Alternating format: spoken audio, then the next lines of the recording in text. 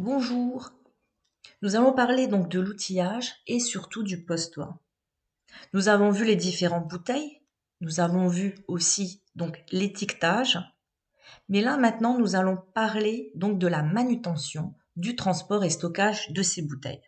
Mettons-nous en situation. On vous demande de remplacer des bouteilles sur un postoir en toute sécurité et on vous demande d'avoir des notions sur le stockage, la manutention et le transport de celles-ci. Tout d'abord, la manutention. Bien déplacer une bouteille. Pour sortir ou rentrer une bouteille, il faut toujours une main sur le chapeau et l'autre sur l'ogive. Attention aux doigts.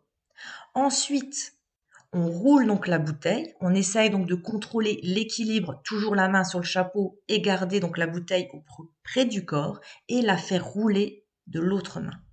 Attention, les grandes bouteilles sont très lourdes. Il faut toujours veiller donc à la sécurité, à la stabilité. La bouteille doit être attachée. Ne pas tourner le dos à une bouteille que vous venez de poser. Et aussi ne pas la stocker derrière une porte. Ce n'est pas le meilleur endroit pour déposer une bouteille. Le bon mouvement. Relever ou coucher une bouteille. Pareil, les gestes posture. Jambes pliées, le dos droit. Ou demander de l'aide, n'hésitez pas. Attention aussi donc aux entorses et aux faux mouvements. Toujours porter les équipements individuels de protection. Le bleu, les chaussures de sécurité et les gants de sécurité pour éviter les différents accidents. Le transport des bouteilles. Attention aux fuites.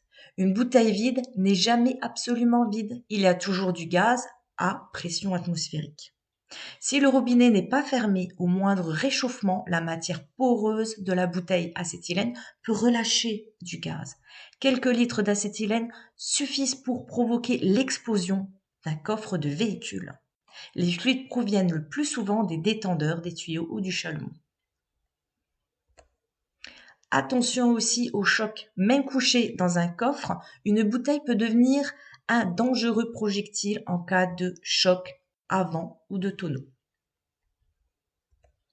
Ce qu'il faut faire.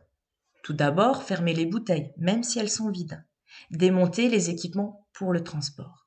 Aérer un maximum votre véhicule. Arrimer les bouteilles solidement. Ne laissez pas vos bouteilles séjourner dans votre véhicule sans nécessité. Le stockage. Tout d'abord, attachez les bouteilles. Portez des gants de sécurité et des chaussures de sécurité. Ventilez les locaux de stockage. Au mieux, stocker en extérieur sous un abri. Parce qu'une accumulation de gaz peut être toxique ou peut être risque d'explosion. Fermez les bouteilles vides. Une bouteille d'acétylène n'est jamais complètement vide. Je le répète, en se réchauffant, elle peut relâcher acétylène pour provoquer une explosion. En conclusion, il faut faire attention aux règles de sécurité concernant le déplacement et le stockage de ces bouteilles qui peuvent être très dangereuses. Merci pour votre écoute. Je reste disponible pour votre complément d'information.